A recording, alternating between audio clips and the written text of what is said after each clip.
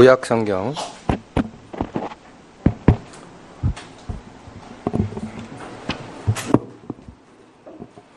구약 성경 125쪽 되겠습니다. 출애굽기 29장입니다. 구약 성경 125쪽 출애굽기 29장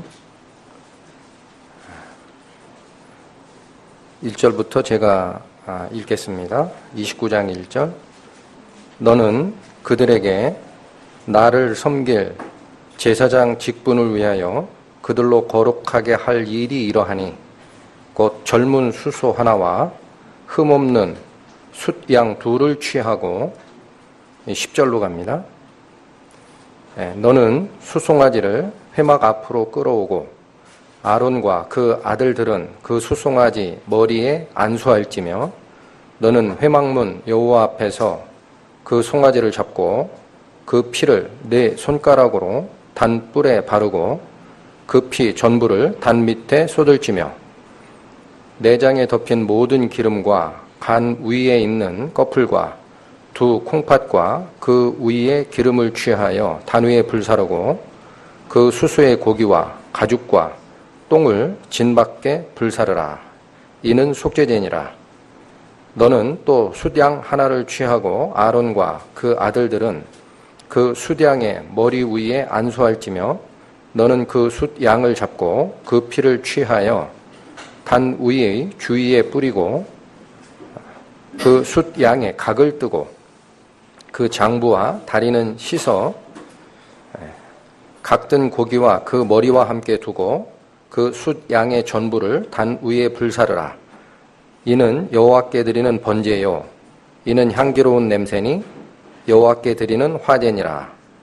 너는 다른 숫양을 취하고 아론과 그 아들들은 그 숫양의 머리 위에 안수할지며 너는 그 숫양을 잡고 그 피를 취하여 아론의 오른 귓부리와 그 아들들의 오른 귓부리에 바르고 그 오른손 엄지와 오른발 엄지에 바르고 그 피를 단 주위에 뿌리고 단 위의 피와 관유를 취하여 아론과 그 옷과 그 아들들과 그 아들들의 옷에 뿌리라. 그와 그 옷과 그 아들들과 그 아들들의 옷이 거룩하리라. 또 너는 그 숫양의 기름과 기름진 꼬리와 그 내장에 덮인 기름과 간 위의 꺼풀과 두 콩팥과 그것들 위의 기름과 우편 넓적다리를 취하라. 이는 위임식의 숫양이며. 여기까지 읽겠습니다. 잠깐 기도드리겠습니다. 하나님 감사합니다. 오늘 하나님의 말씀을 상고함에 있어서 개인의 뜻이 개입되지 않게 하여 주시고 오직 성령께서 주관하셔서 우리 눈을 밝히사 주의 말씀에 순전함으로 인도하여 주십시오. 우리 죄를 구속하신 예수 그리스도의 이름으로 기도드렸습니다. 아멘. 오늘 말씀 드릴 성경 말씀은 출애굽기 29장에 있는 지금 내용이 조금은 생소하거나 좀 복잡해 보이는데요. 핵심이 무슨 얘기냐면 대제사장인 아론하고 그 다음에 아론의 반차에 따라서 그 뒤에 역시 대제사장 직무를 행할 아론의 자손들에게 제사장직을 위임하는 광경입니다. 제사장직을 위임할 때 중간에 조금 내용이 많아가지고 끊고 읽었었는데 1절에 나오죠. 너는 그들에게 나를 섬길 제사장 직분을 위임하여. 요 너라는 건 누구냐면 모세입니다. 그래서 최초의 모세가 아론과 그 아들들에게 제사장 직분을 위임하는 규정이 요 규정입니다. 그런데 그들로 거룩하게 할 일이 이러하니 하고 곧 젊은 숫소 하나와 흠 없는 숫양 둘을 취하라라고 돼 있죠. 그래서 그 내용이 이제 10절부터 나오는데요. 숫송아지는 10절부터 쭉 내려가면서 일반적인 규례에 따라서 드리는 속죄제입니다. 그래서 10절부터 쭉 나가던 내용이 14절에 정리가 되어 있죠. 그 숫소의 고기와 가죽과 똥을 진 밖에서 불사르라. 이는 속죄제니라. 대제사장을 위임할 때 일단 아론 자신이 죄인입니다.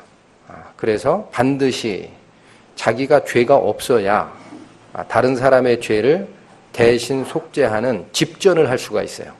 그래서 본인들을 위한 속죄제를 먼저 드리라라는 것이 송아지에 대한 속죄제의 규례입니다.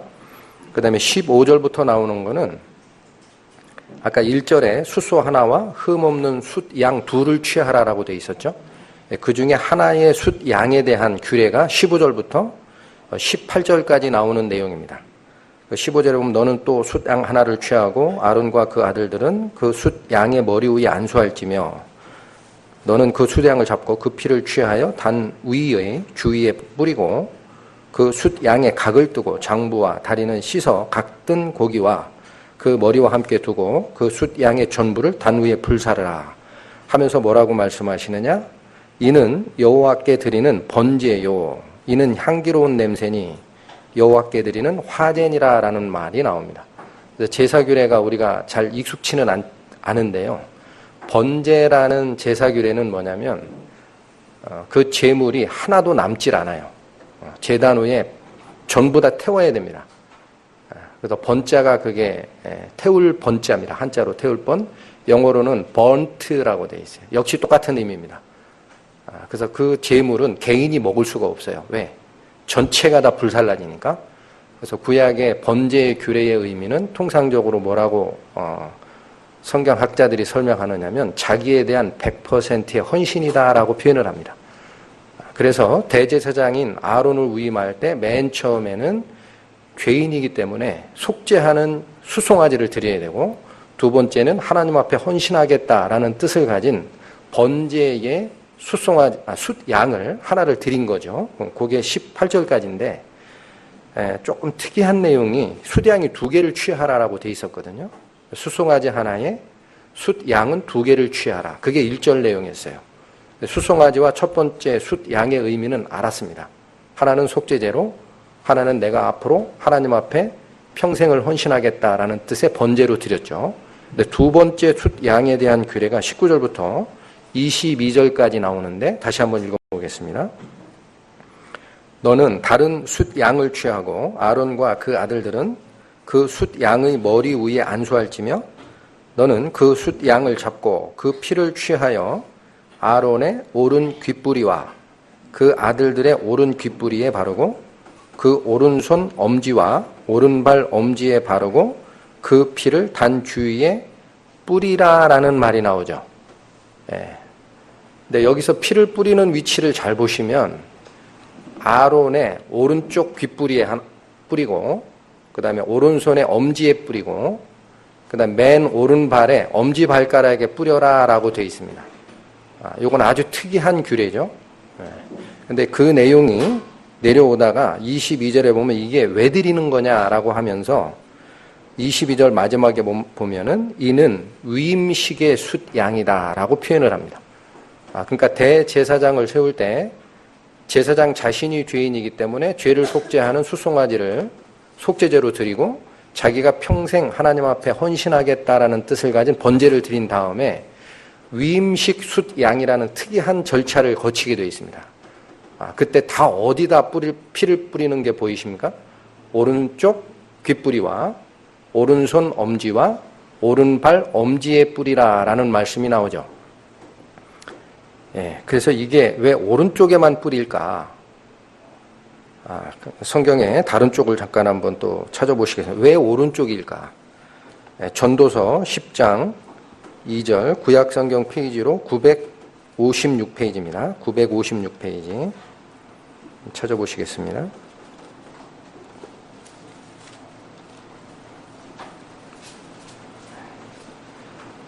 전도서 10장 2절 구약성경 956페이지 제가 읽겠습니다. 지혜자의 마음은 오른편에 있고 우매자의 마음은 왼편에 있느니라. 이런 말씀이 주어졌어요. 자, 그래서 우리가 평소에 잘 모르고 쓰는 용어들인데 왜 오른편에는 꼭 지혜자의 마음이 가 있다라고 표현을 하고 있고 왼편은 우매한 자가 자꾸 생각하는 쪽이다 라는 말씀을 주시고 계시거든요. 그래서 오늘은 오른편이 의미가 도대체 뭐고, 그 다음 제사장을 위임할 때 왜 오른편에 다 피를 찍어서 하나님 앞에 위임식 수대양으로 드려라라고 하는지를 같이 한번 살펴보고자 합니다. 이 오른쪽에 관련된 내용이 신약 성경에도 우리가 참고할 만한 아주 중요한 구절이 하나 있습니다. 마태복음 25장 신약 성경 페이지로는 44페이지입니다. 한번 가보시겠습니다. 마태복음 25장 신약성경 44페이지 31절부터 제가 중간중간 읽어드리겠습니다. 마태복음 25장 31절, 여러분 다 이게 들으셨던 구절입니다. 요거는 인자가 자기 영광으로 모든 천사와 함께 올 때에 자기 영광의 보좌에 앉으리니 모든 민족을 그 앞에 모으고 각각 분별하기를 목자가 양과 염소를 분별하는 것 같이 하여. 우리가 너무 잘 알고 있는 양과 염소의 심판이죠. 조금 더 읽겠습니다. 33절, 양은 오른편에 염소는 왼편에 두리라. 이 말씀이 또 나오죠. 그러면서 34절에 그때 임금이 그 오른편에 있는 자들에게 이르시되 내 아버지께 복받을 자들이여 나와 창세로부터 너희를 위하여 예비된 나라를 상속하라. 오른편에 있는 자들에게 축복이 내려지죠. 그리고 조금 더 가보면 37절에 그 사람들을 뭐라고 일컫느냐.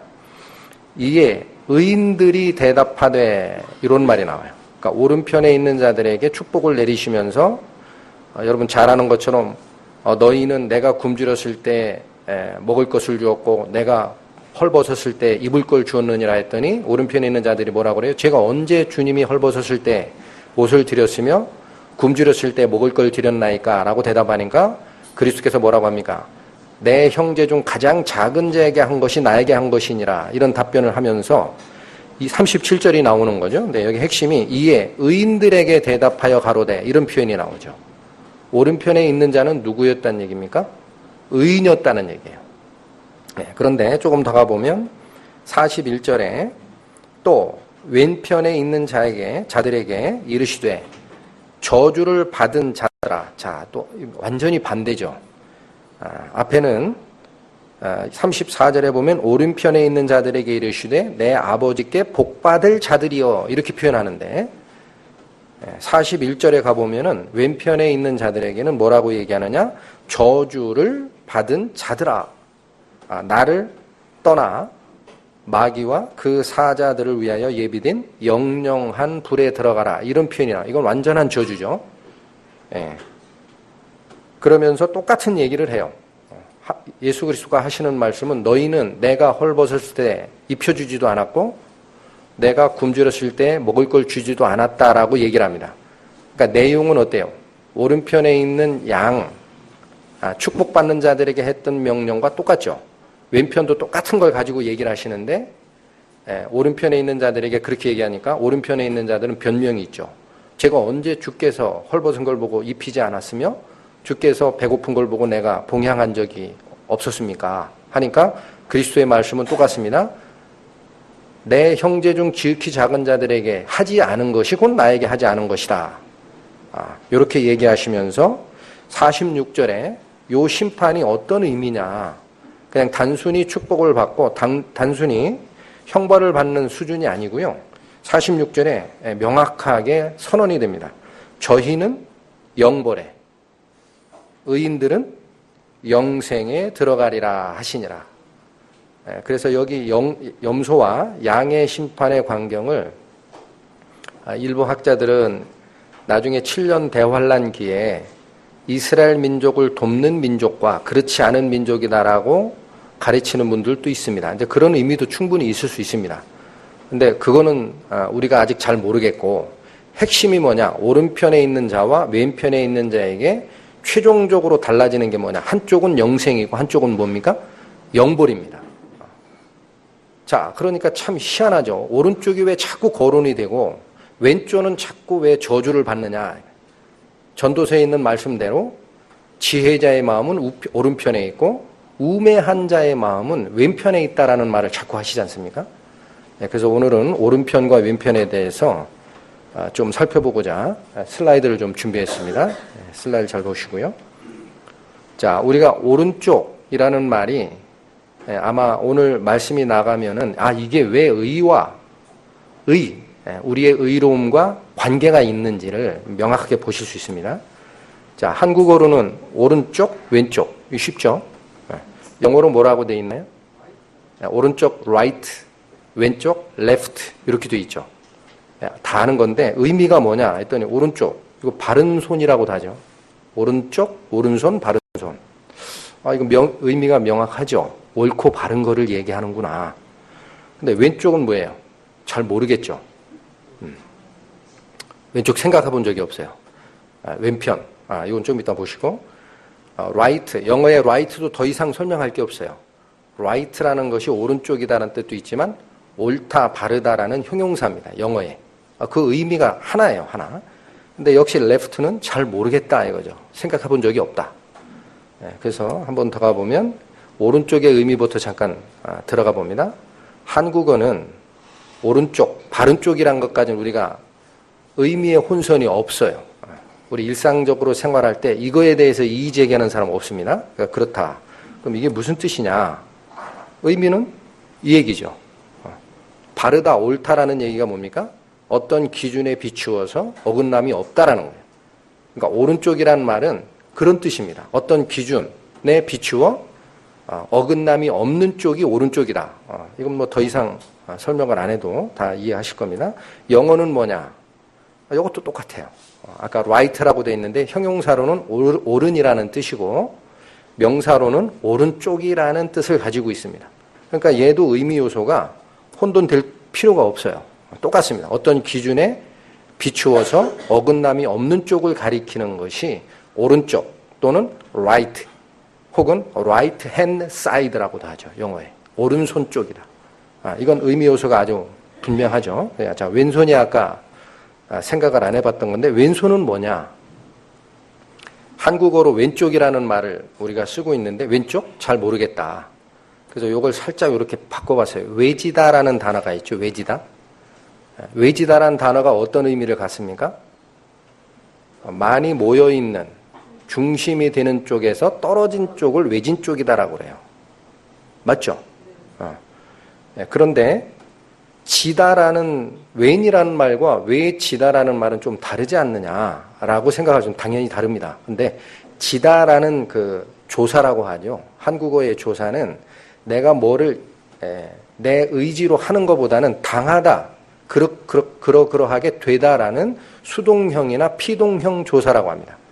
그래서 우리가 뭐를 유리창을 부수다라는 데다가 지다라는 조사를 붙이면 뭐가 돼요? 부수어지다. 그게 계속 바뀌어서 현재는 뭐라고 돼 있어요? 표준어, 한국 표준어에는 옛날에 부서지다가 한국어 사전에 있다가 지금 부서지다가 표준어 하나로만 선택되어 있습니다. 이게 바뀌는 과정이에요. 부수다, 부수어지다, 부서지다, 현재는 표준어가 부서지다. 그렇게 되는 거예요. 느끼다. 내가 스스로 느끼는 게 아니라 느껴지면 뭐예요? 느껴지다라고 하죠. 그러니까 여기 외지다라는 것이 왼쪽이다. 그러니까 왼이라는 말에 피동형 조사 하나만 들어간 겁니다. 그러니까 비슷하지 않느냐. 그래서 외지다라는 게 아까 얘기한 거 뭐예요? 어디서 많이 중심이 되는 쪽에서 떨어져 있다라는 의미가 있구나라는 걸 우리가 알 수 있죠. 그래서 이 외지다라는 거는 결국은 뭐예요? 중심이나 어떤 기준에서 지는 피동형이니까 뺀다면 뭐예요? 떠난 쪽이에요.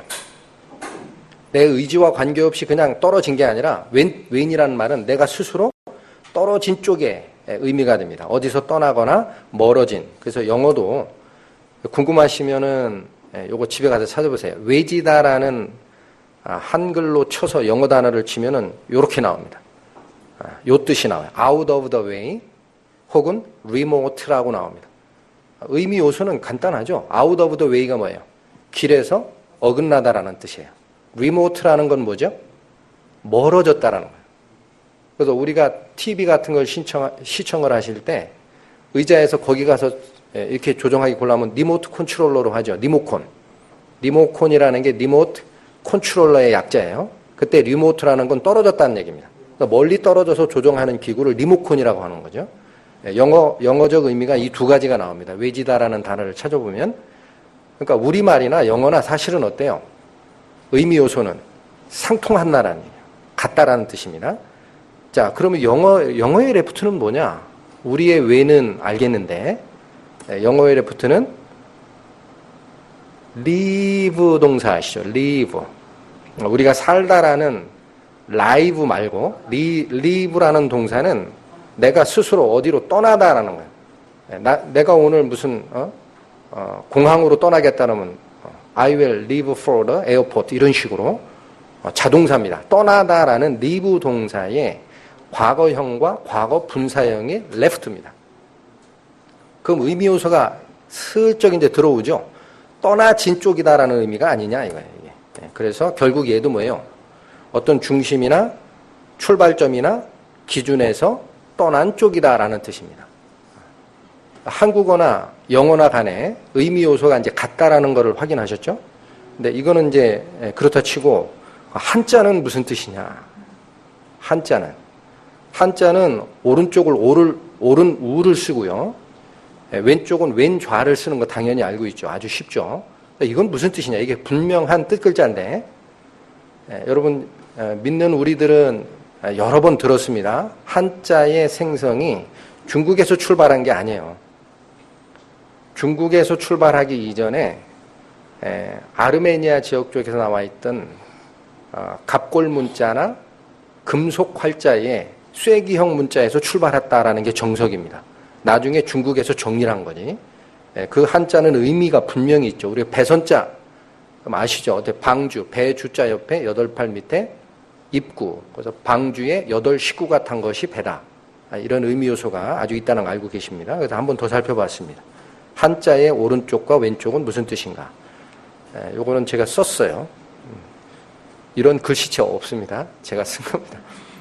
요거 오를 우, 왼좌. 이거 뭐 간단하죠? 근데 이게 어떻게 형성되느냐 봤더니 이렇게 형성된 자예요. 오른 우는 요 일부러 살짝 지금 꼬부렸는데요. 요게 뭐냐면 무슨 모양 같습니까? 포크라고 얘기하기에는 끝에 손잡이가 휘어졌으니까 아닌 것 같고, 나중에 혹시라도 그 해설하는 그냥 우리 옥편에는 잘 안 나오고요. 아주 잘 돼 있는 사전 같은데 어원 사전을 찾아보면 요게 손의 모양을 딴 거예요. 손이에요, 손. 원래 이런 5손가락에 듣다가 약자로 그냥 요렇게 끄집어낸 게 요 글자입니다. 그렇다면 두 가지가 합쳐진 거죠. 손과 입이 합쳐진 게 오른쪽이에요. 왼쪽은 뭡니까? 손과 공. 요 공자도 우리가 잘 느낌이 안 오는데 그 의미 요소가 뭐냐면 공부라는 말이죠. 우리 한자 스타디. 한자로 공부하라 그러냐. 우리 자녀들 두신 부모님들 고민이 많을 때 우리도 고민이 많으면 우리 자매도 고민이 많은데 공부 안 한다고. 원래 공부라는 단어를 찾아보면은요. 중국에서 출발이 부가 산의 부자거든요. 무릇 남자라면 해야 할 일이다라는 뜻이래요. 남자는 돈을 버는 일을 하는 게 아니라 진리를 탐구하는 게 원래 목적이다. 그래서 남자가 할 일을 공부라고 얘기했다. 이런 얘기가 있습니다. 그래서 이게 의미 요소는 손과 입을 얘기하는데 여러분 입 그러면 뭐가 생각이 나죠? 오른쪽? 입. 일단 오른쪽 보세요. 입 뭐예요? 말을 하거나 뭐예요? 밥을 먹거나 둘 중 하나입니다. 입의 역할은 말을 하거나 밥을 먹거나. 근데 말이라고 그러면 당연히 가는데 그럼 입이 잠깐만요. 그다음에 왼쪽은 뭐예요? 아까 얘기한 그 공자가 할 일이라는 뜻이다 그랬어요. 그래서 한자적으로는 일이나 자기의 노력, 행위 요거를 얘기합니다. 그래서 그 옆에 지금 보시면은 행위를 나타낼 때 단순한 공이 아니라 심력자가 붙은 것도 요거는 뭐예요? 자기의 노력의 결과라는 뜻에 가깝습니다. 자기가 행한 것의 결과까지 의미가 돼요. 내가 공이 있다 없다. 공을 논하지 마라 할 때는 이 공자를 씁니다. 어찌됐든 행위나 노력, 할 일 이런 것을 의미하죠. 그래서 다시 한번 그 말씀, 입이라는 말이 성경적으로는 뭐냐? 성경에서는 입을 어떻게 주장을 할까요? 아까 먹는 거 혹은 말하는 도구가 입인데 성경에서 중요한 얘기를 하실 때는 항상 먹는 걸 얘기하지 않아요. 여러 구절이 많죠. 너희 입으로 들어가는 것이 사람의 몸을 더럽게 하는 것이 아니고 입에서 나오는 그것이 너희를 더럽게 하느니라. 이런 말씀을 하고 또 뭐라 그래요? 너희는 무엇을 먹을까? 무엇을 입을까? 걱정하지 말라. 너희는 우선 하늘의 의와 그의 나라를 구하라. 이게 말씀을 구하라는 얘기거든요. 그래서 보면 마태복음 4장 4절에 성경이 있으신 분들은 찾으셔도 됩니다. 마태복음 4장 4절에 무슨 말씀이 나오느냐 한번 찾아보겠습니다. 실제 성경을 찾는 게 좋겠습니다. 마태복음 4장 4절 제가 찾아서 읽겠습니다. 예수께서 대답하여 가라사대 기록되었으되 사람이 떡으로만 살 것이 아니요 하나님의 입으로 나오는 모든 말씀으로 살 것이라 하였느니라 하시니. 자, 하나님의 말씀, 성경에서 주장하는 것은 입의 역할 두 가지 중에 먹는 것만 생각하지 마라 이런 얘기입니다. 입 그러면 성경적으로는 어떤 의미가 강해요? 말씀의 의미가 강합니다. 그래서 결국은 지금 살짝 그 의미 요소가 오른편이란 말은 그러면 하나님의 말씀을 오른쪽 손으로 잡고 있다. 여러분 손의 의미가 뭘까요? 손. 손은 이렇게 하면 방향이 돼요. 그렇죠? 근데 손은 뭐냐면 내가 그거를 지지하다, 잡다라는 의미가 강합니다. 그러니까 우파, 좌파 할 때도 그런 의미예요. 오른쪽, 왼쪽 이런 게 아니라 나는 이거를 지지한다라는 뜻입니다. 그러니까 손이 지지하다, 잡다, 의뢰하다라는 뜻이니까 오른편은 어떤 의미가 돼요? 한자적으로. 말씀을 의뢰하는 쪽이 됩니다. 왼편은 그럼 무슨 뜻일까요? 자기 행위를 의뢰하는 쪽이 돼요. 자, 이쯤 되면 명확해지죠, 점점? 그래서 좀 더 가보면, 오른쪽과 왼쪽에 한자 사전, 옥편을 찾아보면 추가 의미가 이렇게 나옵니다. 오를 우자가 돕다, 혹은 따르다, 숭상하다라는 뜻이 있어요. 오늘 갑자기 세상 지식 같은 얘기를 하는데 다 도움이 되니까. 왼좌는 뭐라고 됐냐? 이거 생소하죠? 한번 찾아보세요, 집에 가셔서. 왼좌가 멀리하다라는 뜻이 있어요. 아까 제가 우리말의 왼쪽이 리모트, 어디서 떨어지다라는 의미 요소가 있다 그랬죠? 이건 그러니까 앞에서 얘기하는 황영재 얘기가 아니구나. 의미 요소가 같구나라는 걸 아시겠죠?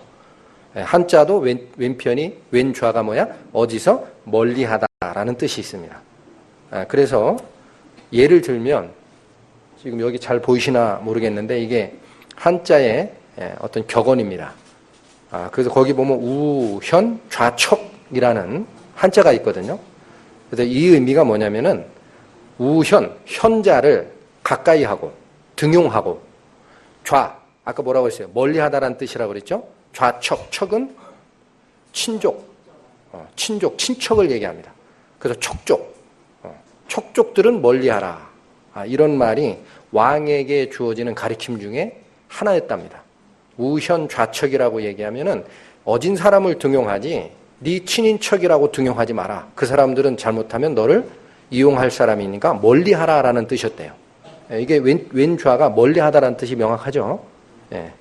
그 다음에 아까 오를 우자가 돕다라는 뜻이 있다 그랬는데 이거 잘 안 보시는 한자입니다. 근데 거기 보면 저기 보일시자, 보일시변에 오른 우를 합치면 저게 도울우입니다.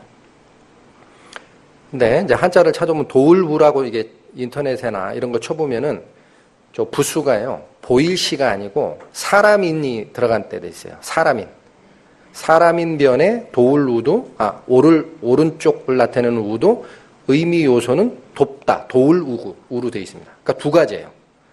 하나는 보일시변에 오른 우, 또 하나는 사람인 변에 오른 우, 둘 다 도울우인데 요 보일시변에 오른 우를 나타내는 이걸 오편에 찾아보면은요, 돕다라는 뜻이 첫 번째로 나오고요. 두 번째 뜻은 천지심령의 도움이라고 나옵니다. 그러니까 믿는 우리들은 이 의미를 아시겠죠? 하나님이 돕다라는 뜻이에요. 하나님이 돕다. 하나님이 도와주는 것을 보일시변에 오른 우가 겹쳐진 그 우자입니다. 그래서 이 보일시가 왜 하나님이냐? 이미 초등학문을 이용을 했으니까 보일시가 왜 하나님이냐? 그 예시를 보면은 우리 기도라는 한자 있죠? 잘 보이시나요? 거기 보면 보일시가 기자에도 들어가고 도자에도 들어가죠? 그 다음 제사라는 한자가 있어요. 거기도 보일시가 그 부수가 다 들어가죠. 그래서 뭔가 우리에게 제사를 지내거나 우리에게 뭘 부탁하거나 할 때는 보일시가 꼭 들어갑니다. 그래서 이 한자를 연원을 쫓아가면서 아까 제가 중국에서 출발한 게 아니다 그랬어요. 원전은 거기가 아닙니다. 그래서 그걸 추적해서 연구했던 학자들 얘기는 요 보일시의 원래 형태는 요거였답니다. 요거. 요런 모양. 저게 의미하는 건 뭐냐면 항상 한자의 제일 꼭대기는 하늘을 얘기해요. 그 다음에 요 세 개가 있는 것은 하늘에 있는 세 가지 거룩한 존재라는 뜻이랍니다. 무슨 생각이 나시죠? 성부, 성자, 성령을 얘기하는 거예요. 성부, 성자, 성령. 하늘에 계신 거룩한 세 존재가 왜 보일시가 됐느냐 이거죠. 그럼 우리가 보다라는 단어를 사용할 때도 좀 구분을 하실 필요가 있어요. 볼견자가 있죠. 볼견. 어디 견학 간다 할 때 볼견. 그건 자동사입니다. 내가 의지를 가지고 뭐를 보는 것을 볼견자를 써요. 한자에서. 근데 요 시자는 뭐냐면 의지를 가지고 보는 게 아니라 보여지는 것을 얘기해요. 피동형이에요. 그러면 왜 하늘에 있는 세 존재가 우리에게 뭐를 보여주느냐. 보일시의 의미가. 그래서 요게 로마서 1장 20절을 잠깐 찾아보시겠습니다.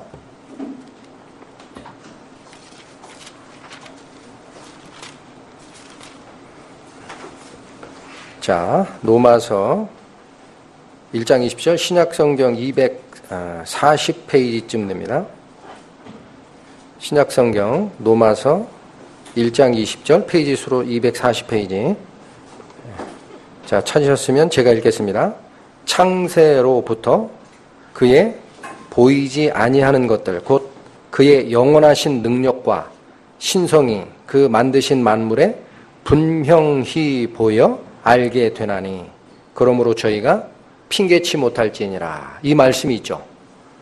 그래서 하나님이 자기의 신성과 능력을 원래 형체가 없으신 분이기 때문에 우리 육안으로는 보여주지를 않으세요.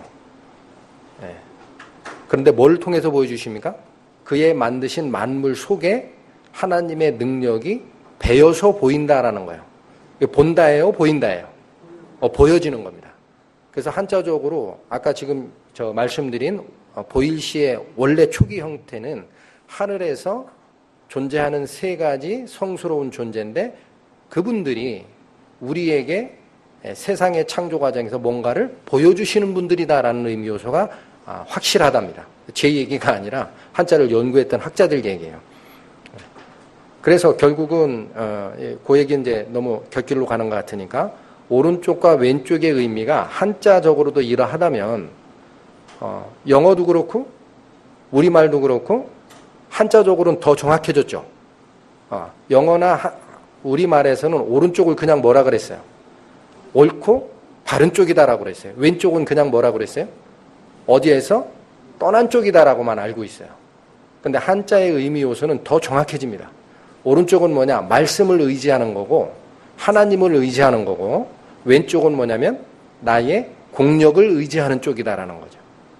그래서 조금 더 보시면 그래서 결론이 말씀을 의지하는 쪽이 오른쪽의 의미가 되고요. 성경적으로 왼쪽은 자신의 행위나 공력을 의지하는 쪽이 왼편이 됩니다. 자, 그래서 오른쪽을 나타내는 그 의미 이걸 성경 구절에서 찾아보시면은 갈라디아서 2장 16절에 이것도 한번 찾아보겠습니다. 신약 성경 304쪽쯤 됩니다. 갈라디아서 2장 16절. 우리가 익히 알고 있는 말씀들입니다. 갈라디아서 2장 16절 신약 성경 304페이지 제가 읽겠습니다. 사람이 의롭게 되는 것은 율법의 행위에서 난 것이 아니요 오직 예수 그리스도를 믿음으로 말미암는 줄 아는 거로 우리도 그리스도 예수를 믿나니 이는 우리가 율법의 행위에서 아니고 자 뭐를 부인하고 있습니까? 행위를 부인하고 있어요. 율법의 행위에서 아니고 그리스도를 믿음으로 의롭다함을 얻으려 함이라. 율법의 행위로서는 의롭다함을 얻을 육체가 어때요? 없느니라. 행위를 배척하고 있습니다. 성경에서는. 행위를 의지하지 말라. 그러니까 전도서에서 얘기하는 말이 의미가 정확하게 통하죠. 지혜자는 오른편에 그 마음이 가 있고 우매자는 자꾸 자기 행위를 보는 거예요. 왼편을 자꾸 생각하는 거죠. 그 다음에 또 비슷한 말씀이 베드로전서에 있습니다. 베드로전서 1장 23절 보시겠습니다. 신약성경 페이지로 378페이지쯤 됩니다. 신약성경 378페이지 베드로전서 1장 23절 제가 읽겠습니다. 너희가 거듭난 것이 썩어질 씨로 된 것이 아니요 하나님의 썩지 아니할 씨로 된 것이니 하나님의 살아있고 항상 있는 뭐로 됐다? 말씀으로 되었느니라. 이게 말씀을 의지하면 뭐가 생긴다는 얘기예요. 우리의 거듭남이 그 비밀이 그 안에 있다라는 얘기죠.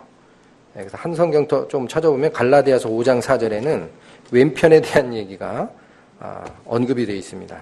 왼편 갈라디아서 5장 4절 신약성경 308페이지쯤 됩니다.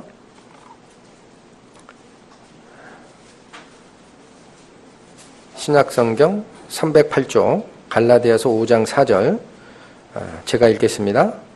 율법 안에서 의롭다 함을 얻으려 하는 너희는 그리스도에게서 끊어지고 은혜에서 떨어진 자로다. 이 표현이 있죠.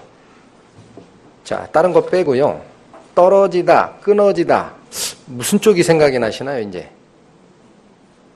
스스로 떠난 쪽, left도 그 뜻이고, 아까 한자의 왼좌가 어떤 뜻이라고 했어요? 어디에서 멀어지다.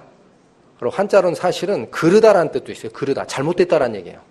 어떤 중심에서 떨어진 쪽이기 때문에 그르다. 한번 잠깐 다시 올라가 볼까요? 네, 여기 있죠. 여기 그르다.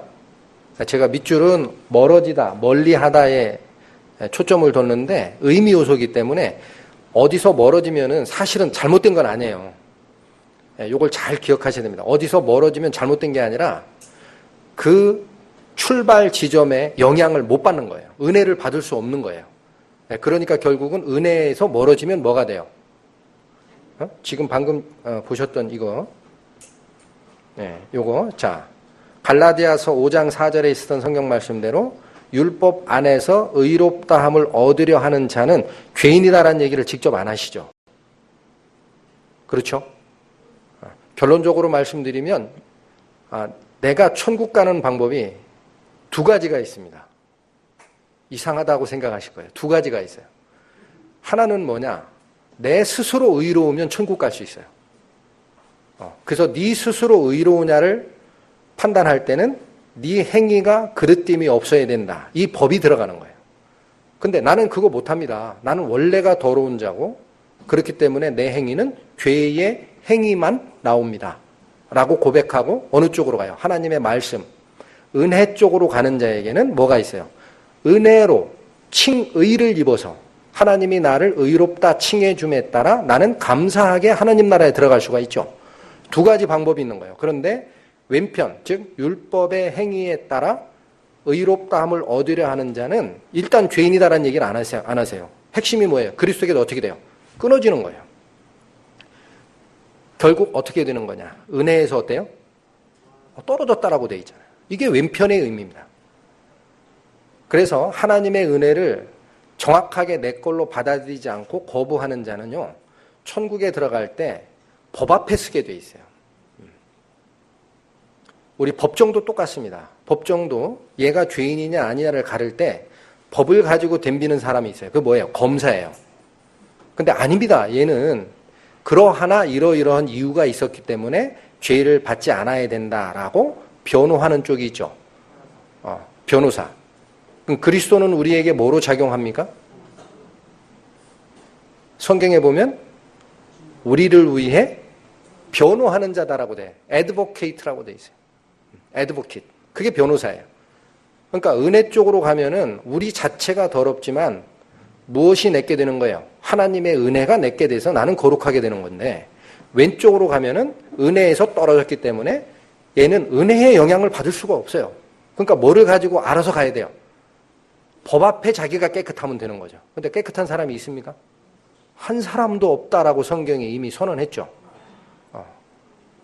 그래서 이 말씀의 의미가 은혜에서 떨어지는 자가 왼쪽으로 가는 거다라는 얘기입니다. 아까 의미 요소가 다 똑같아요. 외지다, 중심에서 떨어지다, 영어의 left, 리브 동사의 과거 분사예요. 어디에서 떠난 쪽이다. 은혜에서 떠난 쪽이 어느 쪽이에요? 왼쪽이다라는 얘기입니다. 의미 요소가 확실히 들어오시죠? 자, 그래서 우리가 이제 하나 더 살펴볼 것이 뭐냐면은 우리의 사람들의 의롭다함을 받는 첫 번째 사례가 여러분 잘 아시는 창세기 맨 처음에 나오는 제사 사례입니다. 가인 제사와 아벨의 제사. 근데 너무나 잘 아시죠? 가인의 제사는 하나님께서 받지 않으셨어요. 아벨의 제사는 기쁘게 받았다. 연납했다라고 되어 있습니다. 기쁠 열 받을 납자입니다. 기쁘게 받으셨다. 그럼 이 안에도 뭐가 있느냐라는 거예요. 이 안에도 무슨 비밀이 있기 때문에 하나는 거부를 하시고 하나님이 하나는 기쁘다라고 받으셨느냐. 그래서 그 과정 한번 살펴보시겠습니다. 히브리서 11장 한번 보시겠습니다.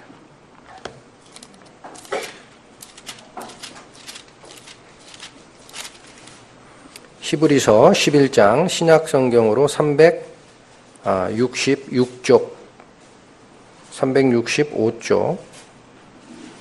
365쪽이 됩니다. 성경에 따라 한 페이지 왔다 갔다 합니다. 히브리서 11장 4절에 보면 잠깐 그 앞에서 먼저 좀 읽겠습니다. 3절부터 읽겠습니다. 믿음으로 모든 세계가 하나님의 말씀으로 지어진 줄 우리가 아나니 보이는 것은 나타난 것으로 말미암아 된 것이 아니니라. 그래서 믿음 얘기를 꺼내고 계시죠. 그러면서 첫 번째 사례가 4절에 나옵니다. 믿음으로 아벨은 가인보다 더 나은 제사를 하나님께 드림으로 의로운 자라 하시는 증거를 얻었으니 이 말씀이 나와요. 그러니까 아벨은 가인보다 뭐 때문에 의롭다고요? 믿음으로 의로운 자다라는 증거를 얻었다라는 말씀을 합니다. 그렇다면 믿는다라는 말은 무슨 뜻이냐면 쉽게 보시라고 빨간색으로 표시했습니다. 사람인 옆에 말씀, 언이 붙어 있죠. 그러니까 사람이 뭐를 의지하는 게 믿는 거예요? 말씀을 의지하는 겁니다. 내 행동을 의지하는 게 아니에요. 그래서 아벨의 제사가 하나님의 말씀을 믿음으로 의롭게 됐다라는 말이 여기 분명하게 나오죠. 그렇다면 가인의 제사는 왜 안 받았느냐? 그 말은 여기는 없어요. 여기는 없어요. 히브리서에는 직접적으로 언급하시지는 않고 있습니다. 자, 그래서 요거는 직접 한번 가보겠습니다. 창세기 4장에 가인과 아벨이 제사를 드리는 광경이 간략하게 거기 기록이 되어 있습니다. 창세기 4장 구약 성경 5페이지쯤 됩니다. 찾으시기 쉬울 겁니다. 창세기 4장 1절부터 제가 잠깐 읽겠습니다. 아담이 그 아내 하와와 동침함에 하와가 잉태하여 가인을 낳고 이르되 내가 여호와로 말미암아 등남하였다 하니라. 그가 또 가인의 아벨을 낳았는데 아벨은 양치는 자였고 가인은 농사하는 자였더라. 세월이 지난 후에 가인은 땅의 소산으로 제물을 삼아 여호와께 드렸고 아벨은 자기도 양의 첫 새끼와 그 기름으로 드렸더니 여호와께서 아벨과 그 제물은 연납하셨으나 가인과 그 제물은 연납하지 아니하신지라. 이렇게 나오죠. 그러면서 아벨의 제사는 기쁘게 받으셨다라고 기록되어 있는데 가인의 제사는 받지 않았다라고 돼 있어요. 받지 않았다. 근데 언급은 없어요. 왜 안 받았는지가 언급이 없습니다. 다만 뭐라고만 나옵니까? 7절에 보면 그러니까 가인이 따졌어요. 여호와 앞에 분내면서 따졌더니 하나님께서 뭐라고 하냐면 네가 선을 행하면 어찌 낫을 들지 못하겠느냐라고 해요. 그게 무슨 얘기예요? 가인은 올바른 길을 따라오지 않았다라는 거죠. 그럼 가인의 제사가 왜 연납이 안 됐느냐면 우리말 성경의 의미가 아주 재밌습니다. 3번에 보면 세월이 지난 후에 가인은 땅의 소산으로 뭐라고 돼 있어요? 다음에 제물을 삼아 드렸고라고 되어 있죠. 이게 재물을 삼았다는 얘기는 원래 재물이에요? 재물처럼 자기가 여긴 겁니까? 그 의미가 강합니다. 내 아들을 삼았다 그러면 양자 삼는다고 하죠? 원래 아들이 아니라 뭐래요? 남의 새끼인데 내가 데려다가 아들처럼 여기는 겁니다. 그러니까 우리말 성경에 재물을 삼아서 드렸다라는 거는 의미 요소가 가인이 그렇게 생각했다라는 거예요. 이게 재물이 될 수 있다라고 생각한 거예요.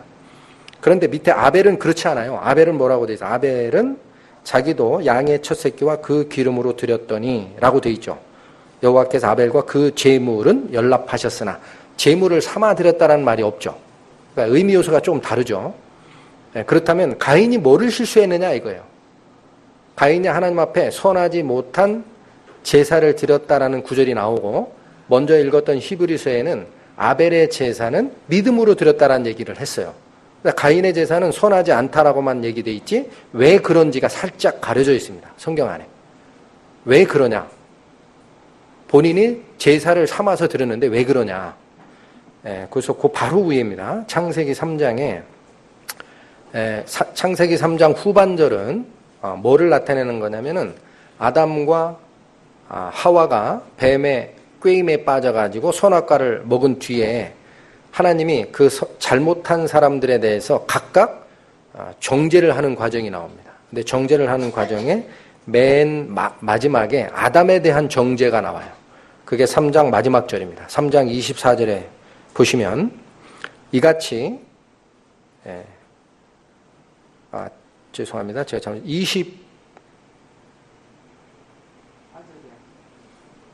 17절. 죄송합니다. 지금 잠깐 착각했습니다. 그 3장 17절에 보시면 아담에게 정죄하는 부분이 여기 나오죠. 여기 뭐라고 나옵니까? 아담에게 이르시되 내가 내 아내의 말을 듣고 내가 너더러 먹지 말라 한 나무 실과를 먹었은즉 땅은 너로 인하여 저주를 받고 너는 종신토록 수고하여야 그 소산을 먹으리라. 이 말씀이 나옵니다. 그러한 하나님의 선언 이후에 가인과 아벨이 하나님께 제사 드리는 것이 4장에 나오는 거예요. 그러면 우리가 확인할 게 뭡니까? 하나님이 아담을 정죄하면서 두 가지가 나와요. 두 가지. 첫 번째는 땅이 저주를 받게 됩니다. 그 다음 또 하나. 앞으로는 사람은 하나님의 은혜로 열매를 무조건 따먹던 무의도식하던 세대에서 이마에 땀을 흘려야 땅의 소산을 먹는다라고 바뀝니다. 맞죠? 그러니까 앞으로 땅의 소산은 뭐란 얘기예요? 인간의 노력의 결과란 얘기입니다. 아시겠죠? 이마에 땀이 흘려야 먹고 산다라는 말이 그 말이에요. 앞으로 땅의 열매를 먹는 거는 네 노력의 결과다는 얘기예요. 네가 노력하지 않으면 없다. 그런데 가인이 뭐를 재물 삼아 드렸다라고 돼 있어요. 거기 명칭이 땅의 소산으로 재물을 삼아 드렸다. 그러니까 무슨 얘기입니까? 의미 요소가 자기의 노력의 결과물을 드린 거예요. 이것이 핵심입니다. 자기의 노력의 결과물, 자기 행위를 가지고 드린 거예요. 하나님 앞에 나아가고자 자기 행위의 결과를 가지고 내가 이렇게 열심히 일했으니 하나님께 이 귀중한 거를 바치겠다라고 바친 겁니다. 거기까지 괜찮아요. 자기가 노력한 거 드리는 게 뭐 잘못입니까? 그런데 왜 하나님이 연락하지 않았어요? 이유는 두 가지가 저주가 돼 있죠. 노력의 결과로 먹고 산다라는 바로 앞절에 땅은 너 때문에 저주를 받았다. 그러니까 가인은 모르고 드린 거예요. 자기가 열심히 노력하면 하나님 앞에도 의로운 건 줄 알고 재물을 삼아 드렸지만 하나님의 입장에서 보니까 뭐예요? 저주받은 소산이 나한테 제물로 바쳐지는 겁니다. 그러니까 하나님이 의로우신 분인데 저주받은 더러운 거를 받을 수가 있어요? 없어요? 없죠. 그러니까 연락할 수가 없는 거예요. 그래서 아까 거기 보면 7절에 내가 선을 행하면 어찌 낯을 들지 못하겠느냐 이거예요. 네가 한 것이 선하지가 않다 이거예요. 비밀이 이해가 안 된 거예요. 가인은. 아벨은 이해가 된 거고. 이해하셨죠? 그래서 이것이 처음에 우리 인간이 하나님 앞에 어떻게 의롭게 되느냐, 어떤 것을 하나님께 가지고 나아가느냐라는 가장 첫 번째 케이스입니다. 이 안에 진리와 비진리가 분명하게 갈라져야 돼요. 자기 행위를 가지고 하나님의 법 앞에 나는 떳떳합니다라고 나가는 자는 저주받는 거예요. 왜? 법에 따라 심판을 받을 수밖에 없어요. 은혜에서 떨어졌으니까. 근데 하나님의 말씀을 의지해서 피를 가지고 속죄하는 그쪽을 쫓아간 사람은 하나님으로부터 법에 따라 죄사함을 받는 기회가 생기는 거죠. 요게 진리와 비진리가 분명하게 나눠지는 겁니다. 그래서 레위기 같은 데 보면은 정한 짐승, 부정한 짐승을 얘기하시면서 육상동물은 뭐라고 얘기하느냐? 반드시 발굽이 갈라지고 되새김질하는 짐승이 정하다 그래요. 발굽이 갈라졌다라는 게 무슨 뜻일까요? 발굽은 무슨 뜻입니까? 발굽. 땅과 직접 접촉하지 않는다라는 거예요. 나중에 시간 나시면 가서 읽어보세요. 어류 있죠, 동물. 물고기. 물고기도 비늘이 있는 것은 깨끗하다 그래요. 비늘이 의미하는 게 물과 직접 접촉하는 것을 막아주는, 나와 세상과는 구별된다라는 뜻입니다. 그와 같이 발굽이 있다라는 얘기는 세상과 직접 접촉하지 않는 구별된 삶을 사는 자예요. 근데 하나를 더 요구해요. 발굽을 가지면 무조건 깨끗한 게 아니라 발굽이 갈라져야 된다 그랬어요. 말은 발굽이 갈라졌어요? 안 갈라졌어요? 말은 안 갈라졌어요. 그래서 그건 부정합니다. 구약 성경의 규례에 따르면 그냥 갈라졌다는 건 뭐예요? 구분이 가는 거예요. 구분이 가야 돼요. 뭐와 뭐가 구분이 갑니까? 은혜와 율법이 정확하게 왜 한쪽은 하나님으로부터 축복을 받고 왜 한쪽은 저주를 받을 수 없는지가 본인에게 명확하게 구분되는 자가 하나님 앞에 선한 것이다. 그게 가인과 아벨의 제사의 가장 중요한 의미입니다. 그런데 성경을 읽다 보면 약간은 오해하는 경우가 생겨요. 땅의 소산을 드리는 것은 그렇다면 하나님이 안 받으시나? 전혀 안 받는가? 근데 받는 데가 나와요. 땅의 소산을 받겠다라는 데가 나옵니다. 뭘로? 제물로, 제사 제물로. 한번 찾아보시겠습니다.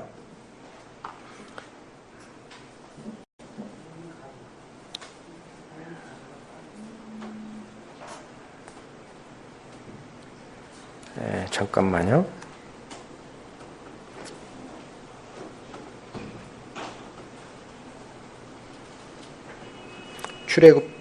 출애굽기 23장 보시겠습니다. 출애굽기 23장.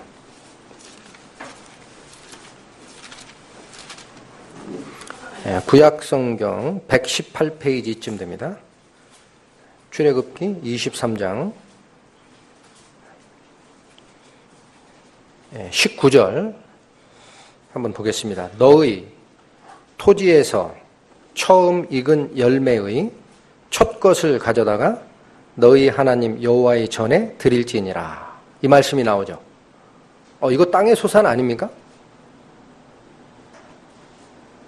땅의 소산인데 뭐라고 돼 있어요? 여호와의 전에 드리라라고 돼 있죠. 자, 그럼 이게 무슨 뜻입니까?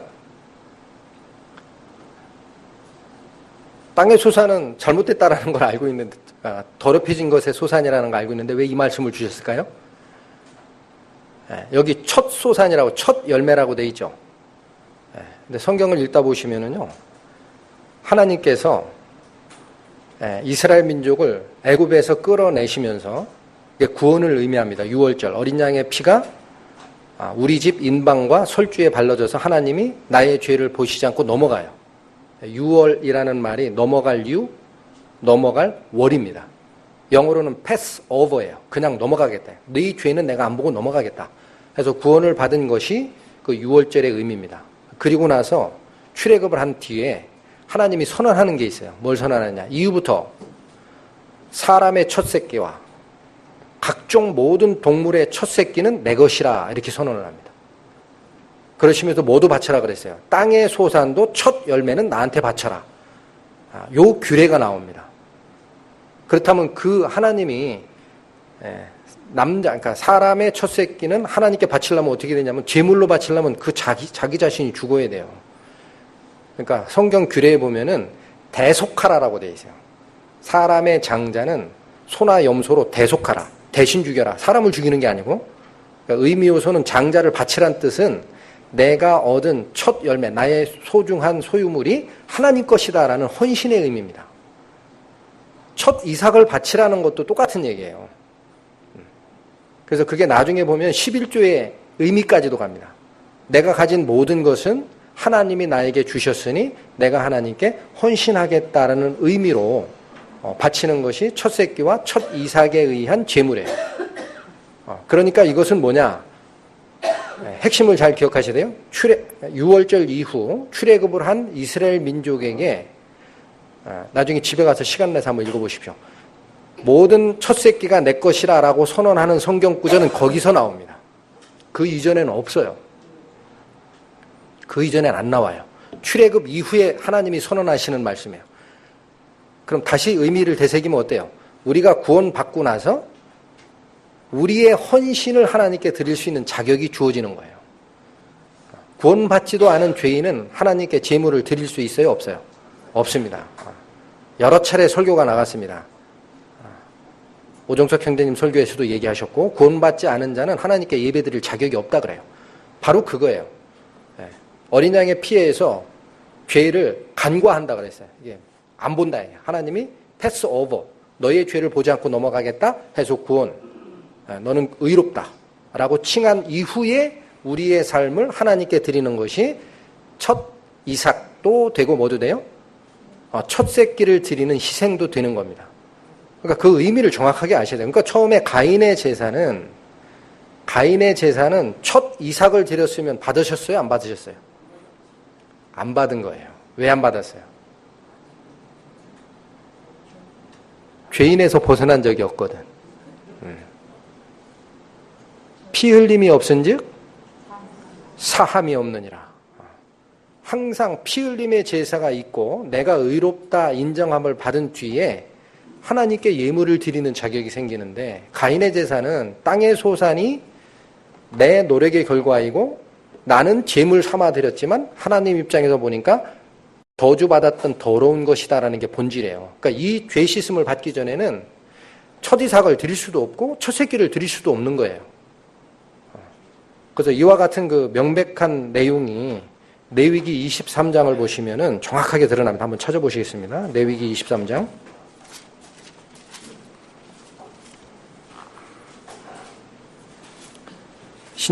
구약 성경 페이지로 182페이지쯤 됩니다. 레위기 23장. 이 레위기 23장은요, 각 절기마다 하나님께 어떠한 제물을 바쳐라라는 규례들이에요. 그러니까 규례 자체는 되게 좀 복잡합니다. 제가 지금 설명드리려고 하는 거는 아주 핵심적인 거는 간단합니다. 한번 보시겠습니다. 레위기 23장 10절에 보면은요, 이스라엘 자손에게 고하여 이르라. 너희는 내가 너희에게 주는 땅에 들어가서 너희의 곡물을 거둘 때에 위선 너희의 곡물의 첫 이삭 한 단을 제사장에게 가져갈 것이요. 여기 첫 이삭 드리는 규례 나오죠. 요 얘기입니다. 가져갈 것이요. 제사장은 너희를 위하여 그 단을 여호와 앞에 연납되도록 흔들되 안식일 이튿날에 흔들 것이며, 이 말씀을 주시면서 뭐라고 드리냐, 12절 잘 읽어보셔야 됩니다. 너희가 그 단을 흔드는 날에, 첫 이삭의 단을, 묶음을 하나님 앞에 흔들어 드리라가 11절이에요. 그 흔드는 날에 1년 되고 흠 없는 숫 양을 뭐로 드려요? 번제로 여호와께 드리고, 이삭의 소재, 그러니까 땅의 소산물을 하나님께 헌납할 때에는 제사 규례를 잘 보시면 반드시 희생양이 같이 드리게 돼 있어요. 이게 무슨 뜻입니까? 죄사함 없이는 하나님이 아무 죄인한테는 어떠한 헌신의 제물도 받지 않는다는 얘기입니다. 더럽기 때문에. 그게 핵심이에요. 첫 이삭을 무조건 드리는 게 아니고 언제 드릴 수 있는 자격이 생긴다?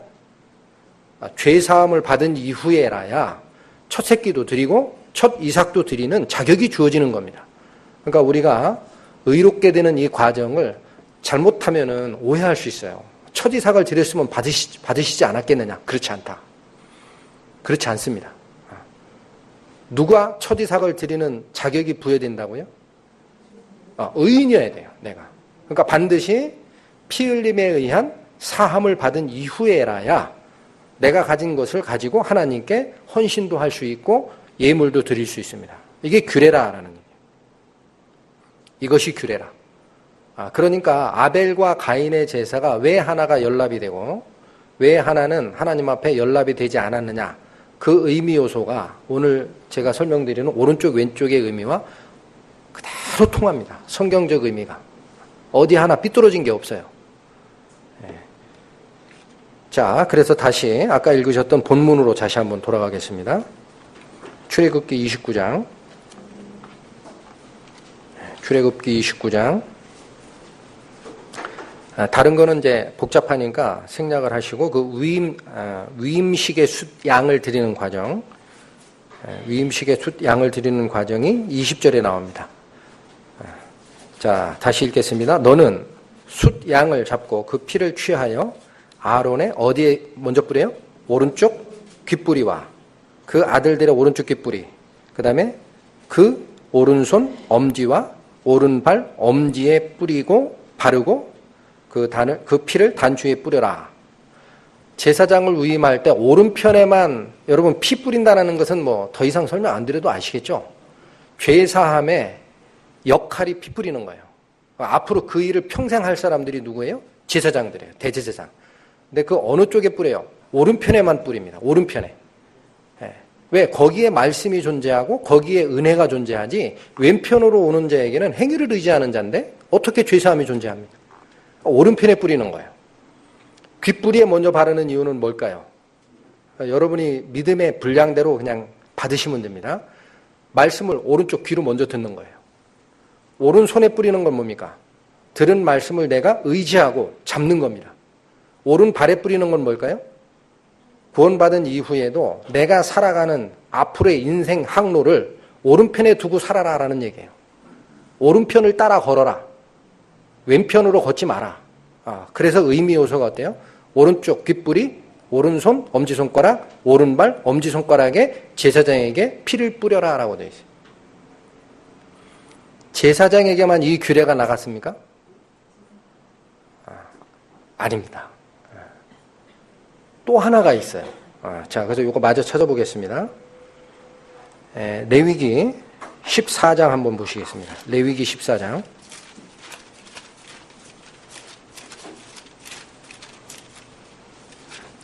레위기 14장은 역시 이제 제가 요약해서 설명을 드릴 거고요. 집에 가셔서 다시 한번 읽어보세요. 시간 내셔가지고. 레위기 14장의 전체적인 내용은 뭐냐면 문둥병 걸린 자가 깨끗하게 됩니다. 그러면 깨끗함을 받는 과정을 설명하는 거예요.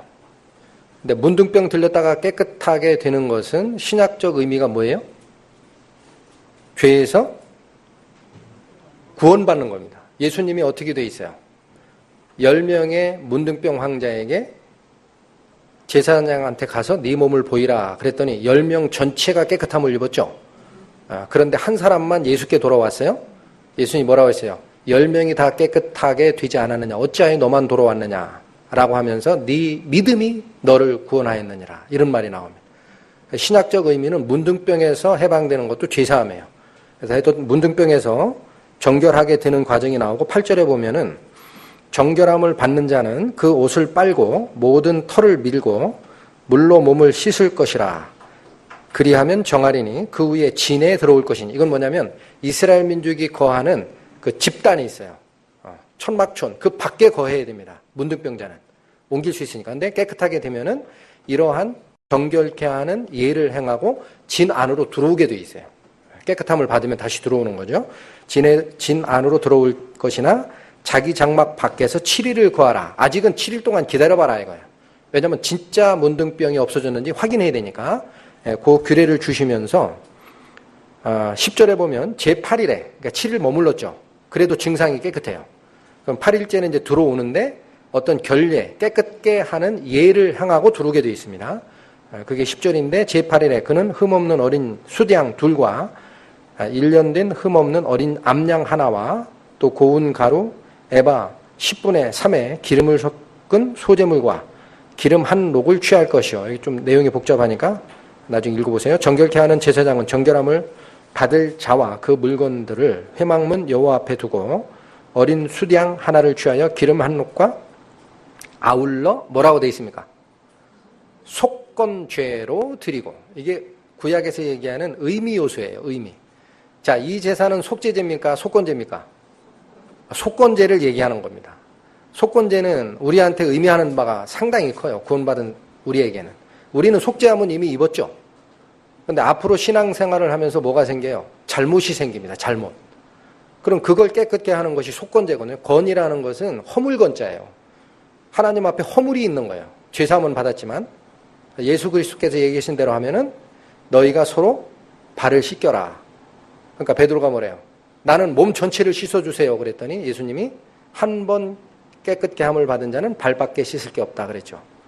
발은 세상을 걸어가는데 이 세상과 접촉하는 그 우리 신체 부위가 발입니다. 그래서 신앙생활을 하면서 잘못한 게 있으면은 발을 깨끗게 하는 것이 반드시 필요해요. 그게 속건제 제사고, 전에 제가 한번 말씀을 드린 대로 살아가는 동안 사탄의 참소를 막아내는 살아있는 우리의 대변자 예수 그리스도께서 이 속건제의 제사장으로 계신 거예요.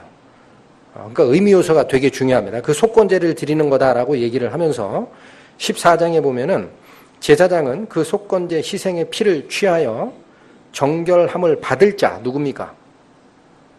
문둥병 걸렸다가 밖에서 7일 동안 자기 천막에 거하면서 경과를 보고 이상 없다. 그래서 진중으로 들어오는 그 사람이에요. 그 정결함을 받을 그 자의 우편 귓부리와 우편 엄지손가락과 우편 엄지가락에 바를 것이요. 똑같은 얘기 나오죠. 우리가 죄사함을 받고 신앙생활을 하면서 잘못된 일을 저질러거나 하나님께 책망을 받으면 역시 속건 제물을 드려야 됩니다. 근데 어느 쪽으로 가야 돼요? 왼편으로 가게 돼 있지 않습니다. 내 행위를 가지고 내가 떳떳하다. 나는 저자보다는 낫다. 제가 뭘 잘못했다. 그래서 매를 맞았다. 그 말 하시면 안 됩니다. 우리가 같이 매를 맞은 거예요. 성경이 얘기하는 바는 그겁니다. 우리가 그 안에 있을 때 같이 매를 맞은 거예요. 행위는 똑같아요. 누구 하나 잘하고 잘못하고 없어요. 대신에 잘못을 발견하면 어느 쪽으로 와서 속건제사를 드려야 됩니까? 말씀으로 가야 돼요. 오른편으로. 그래서 오른편에 다시 핏부림을 받는 거예요. 그 다음에 요 규례는 또 하나가 있어요. 오른편 귓부리와 오른 엄지손가락, 오른발 엄지손가락에 그 양의 피를 발라 속건제사를 드리는 것 외에도 요 속건제에 관련된 건 15절에 아주 중요한 게 또 나옵니다. 뭐라고 나오냐면 다시 읽겠습니다. 15절. 제사장은 또 그 한 록에 기름을 취하여 자기 좌편 손바닥에 따르고, 기름은 왼쪽 손바닥에 따르라는 얘기예요. 제사장의 왼쪽 손바닥에 기름을 따르고 제사장의 우편 손가락으로 좌편 손에 기름을 찍어서 어떻게 되어 있습니까? 기름을 찍어 그 손가락으로 그것을 여호와 앞에 7번 뿌릴 것이요. 일단 하나님 앞에 7번을 뿌립니다. 이게 정결케 하는 제례죠. 하고 나서 15절에 16절까지 읽었죠. 17절에 보면 손에 남은 기름, 하나님께 7번 뿌리고 나도 여기 기름이 남아있죠. 그 손에 남은 기름을 제사장이 정결함을 받는 자의 오른편 귓부리와 오른편 엄지손가락과 오른발 엄지손가락에 속건제 희생의 피 위에 다시 발라라 라고 돼요. 다시 발라라. 기름을 또 한 번 쳐라. 제사함을 받은 뒤에 역시 우편에 뭐를 바르는 과정이 보입니까? 기름을 발라요. 여러분 성경에서 기름이 뭡니까? 기름이 뭐예요? 간단하게 성령. 그렇죠? 그 다음에 신약적 의미는 기름이, 그 성령의 기름이 뭡니까? 한번 찾아보겠습니다. 자, 요한일서 2장 27절 보시겠습니다. 요한일서 2장 27절. 신약성경 390페이지입니다. 신약성경 390페이지. 요한일서 2장 27절 이런 말씀 나옵니다. 제가 읽겠습니다. 너희는 주께 받은 바 기름 부음이 너희 안에 거하나니 아무도 너희를 가르칠 필요가 없고 오직 그의 기름 부음이 모든 것을 너희에게 가르치며 또 참되고 거짓이 없으니 너희를 가르치신 그대로 주 안에 거하라. 뭐가 우리를 가르쳐요? 기름 부음이 우리를 가르친다라고 되어 있죠. 한 군데 더 찾아보겠습니다. 누가복음 4장 18절입니다. 누가복음 4장 18절 94페이지쯤 됩니다. 신약성경 94페이지.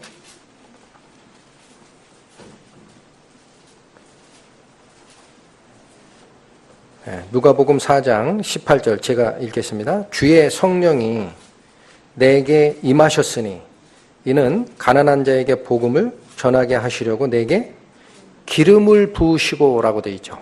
성령이 임한 것이 이런 의미다라니까. 나를 보내사 포로된 자에게 자유를, 눈먼 자에게 다시 보게 함을 전파하며 눌린 자에게 자유케 하고, 이런 말씀이 나와요. 나한테 기름을 부어서 성령으로 주셨다라고 되어 있죠. 성령을 주셨는데 그게 기름을 부음을 받은 것이다. 한 군데만 더 찾아보겠습니다. 요한복음 14장입니다. 요한복음 14장 페이지로는 신약성경 173페이지쯤 됩니다.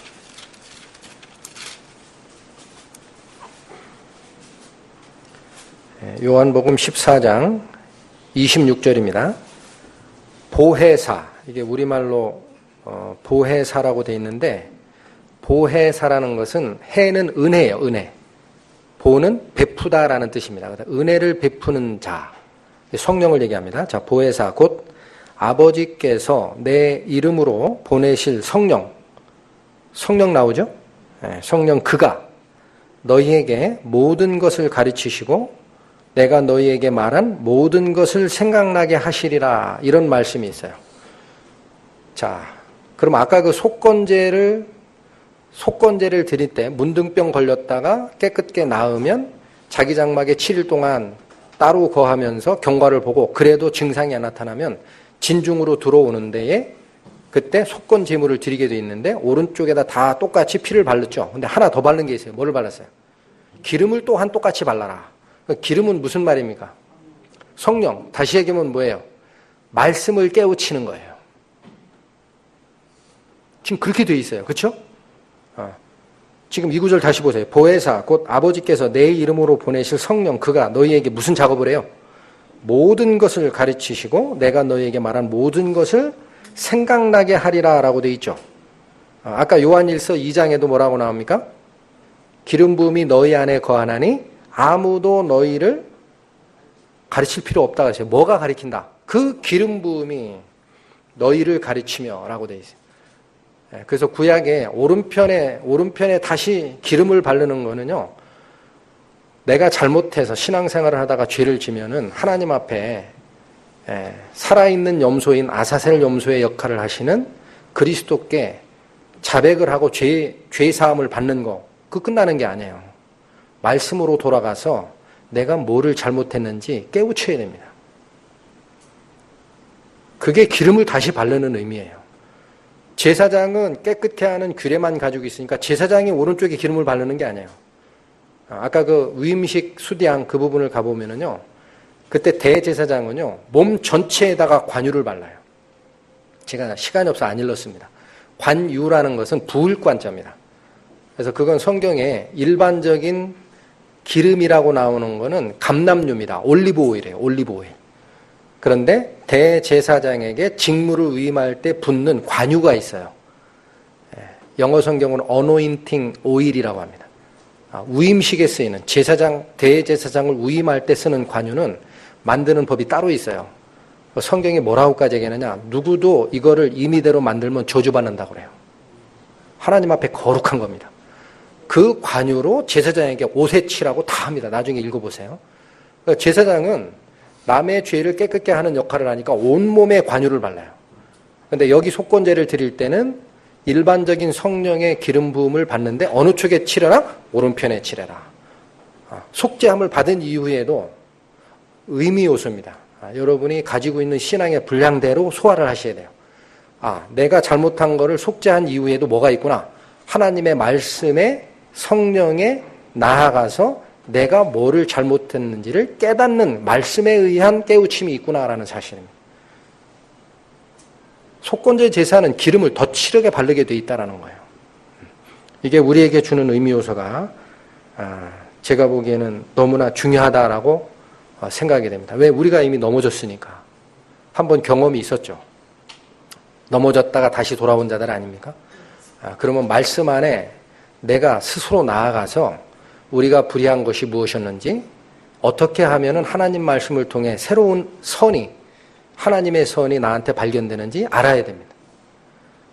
자, 그래서 우리 오른편의 얘기를 조금만 더 할게요. 마가복음 16장 잠깐 보시겠습니다. 마가복음 16장. 오른편에 누가 계시느냐? 네, 마가복음 16장 신약성경으로는 85페이지쯤 됩니다. 신약성경 85페이지 마가복음 16장 19절. 가지고 계신 성경에 따라 86페이지도 될 수 있습니다. 마가복음 16장 19절 제가 읽겠습니다. 주 예수께서 말씀을 마치신 후에, 이게 예수님 부활하시고 나서 승천하시는 광경입니다. 주 예수께서 말씀을 마치신 후에 하늘로 올리우사 하나님 어디에 앉으셨어요? 우편에 앉으셨습니다. 그러니까 하나님의 우편에서 우리를 위해서 속죄를 드리고 계시고 우리를 변호하고 계시고 그 다음에 아까 잠깐 읽었었습니다마는 나중에 시간 나면 조금 더 읽어보시면은요, 아버지께서 보내실 그 성령은 우리를 가리킨다 그랬어요. 말씀을 가리킨다. 내가 너희에게 이른 이 말을 깨우치고 생각나게 하리라 라는 말씀이 있는데, 성경의 다른 구절에 보면 성령께서 자기 임의로 말하지 않는다라고 되어 있어요. 내가 한 말을 너희에게 가르쳐주는 역할이다 이거야. 그 성령이 우리에게 얘기하는 바는 그리스도의 말씀으로 나가라는 거예요. 혼자 기도하고 이상한 거 받았다 그렇게 생각하지 마시라니. 성경에 기록된 그리스도의 말씀 앞으로 나아가면 성령이 그걸 깨우쳐 주시는 거예요. 근데 하나님의 우편에 누가 올라가신 게 뭐예요?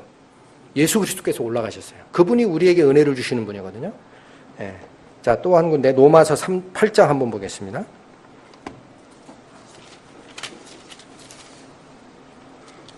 로마서 8장 신약성경 250페이지입니다.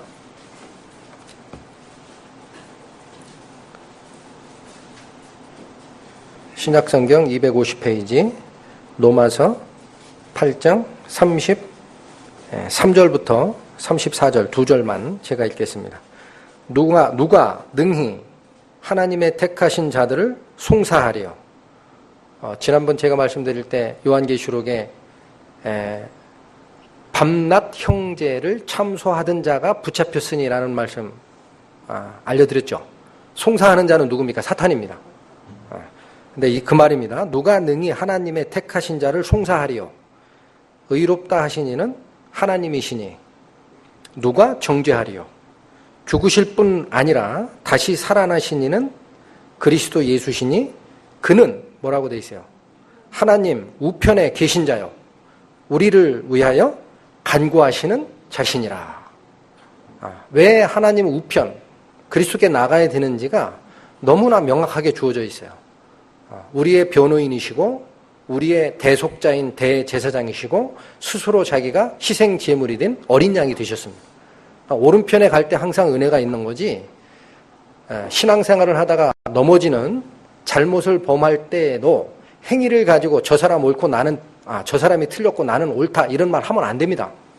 그 왼편으로 가는 거예요. 속건제를 드리고 왼편으로 가는 거예요. 똑같은 겁니다. 행위로는. 마음에 새기셔야 됩니다. 우리가 벌을 받은 거예요. 그 다음에 어디로 가야 됩니까? 기름 부음이 우편에 있으니 말씀을 깨우치기 위해서 오른편에 있는 그리스도께 나아가고 그 말씀을 통해서 내가 뭘 잘못했는지를 깨닫고 다시 깨끗함을 받고 되돌리는 거죠. 자, 그래서 지난번에 한번 찾아드렸던 건데 한 구절만 더 찾고 마치겠습니다. 호세아서입니다. 호세아서 구약성경 1268페이지.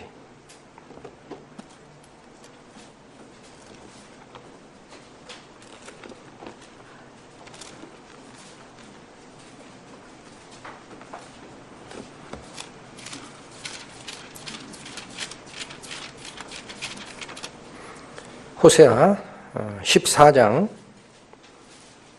1절 2절 요건 좀 같이 읽었으면 좋겠습니다. 호세아서 14장 찾으셨으면은 1절과 2절을 같이 읽으시면 좋겠습니다. 자, 1절부터 같이 읽으시겠습니다. 이스라엘아, 내 하나님 여호와께로 돌아오라. 내가 불의함을 인하여 엎드러졌느니라. 너는 말씀을 가지고 여호와께로 돌아와서 아뢰기를 모든 불의를 제하시고 선한 바를 받으소서. 우리가 입술로 수송아지를 대신하여 주께 드리리이다. 우리가 잘못돼서 엎드러지면은요, 하나님께 나아갈 때는 하나님 말씀을 가지고 나가는 겁니다. 재물을 가지고 나가는 게 아니에요. 뭘 잘할까 이런 거 필요 없어요. 잘못한 걸 알아야 고칠 거 아니겠습니까? 그러면서 뭐라고 돼 있어요? 선한 바를 받으시라고 돼 있죠. 우리의 불의를 제하시고 선한 바를 하나님이 받으세요. 그리고 그 뒤에 나오는 게 뭐가 선한 거예요? 수송아지를 드려요? 그렇게 안 돼 있죠.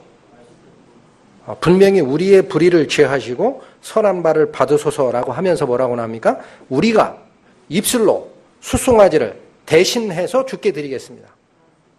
말씀을 가지고 하나님 우편에 나아가면은 우리의 불의가 보이고 제함을 받아요.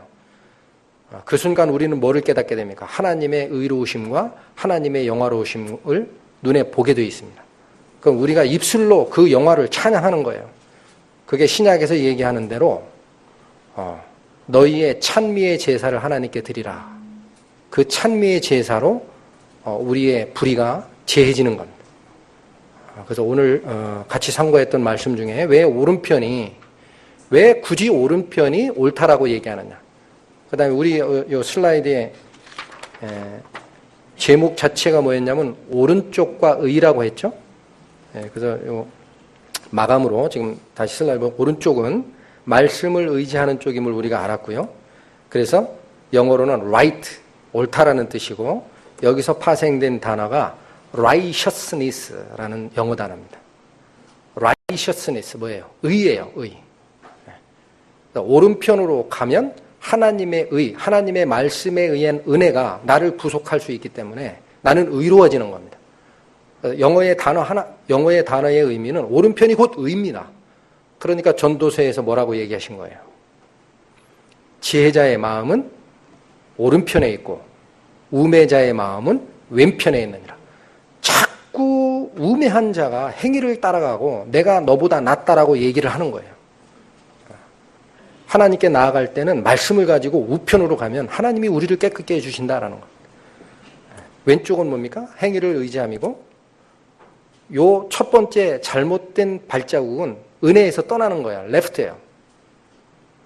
떠나지는 거예요. 은혜에서 떠나지는 게 첫 번째 잘못이고 그에 따라 은혜에서는 영향이 없으니 법에 따라 받아야 돼요. 심판을. 결국 어떻게 됩니까? 법 앞에는 자신의 행위가 완전한 자가 없습니다. 그러니까 아까 뭐라고 그랬어요? 예수께서 염소와 양의 심판을 얘기하면서 우편에 있는 자들에게 의로운 자들아라고 얘기를 합니다. 좌편에 있는 자에게 뭐예요? 저주받을 자들이라고 했어요. 왜 저주를 받아요? 자기 행위로 의롭다함을 입으려고 하는 자는 저주받게 되어 있거든요. 깨끗이 못하니까. 자, 그래서 오늘 제가 준비했던 거는 여기서 마치겠습니다. 잠깐 기도하시겠습니다. 하나님 감사합니다. 오늘 주님의 말씀을 상고하면서 우리는 하나님의 말씀을 의지하고 따르는 것만이 옳은 것이고 우리의 의가 됨을 알았습니다. 이러한 은혜는 단지 죄사함의 단계에서뿐만 아니라 우리의 불의를 발견하고 주님의 선함으로 돌이키는 과정에서도 동일하게 적용됨도 알았습니다. 지난날의 잘못으로 넘어졌던 저희들입니다. 주의 말씀으로 온전히 돌아와서 불의를 제하고 주님의 선함을 발견하여 영광스러운 찬미의 제사를 드리매 부족함이 없도록 인도하여 주십시오. 우리 죄를 구속하신 예수 그리스도의 이름으로 기도드렸습니다. 아멘.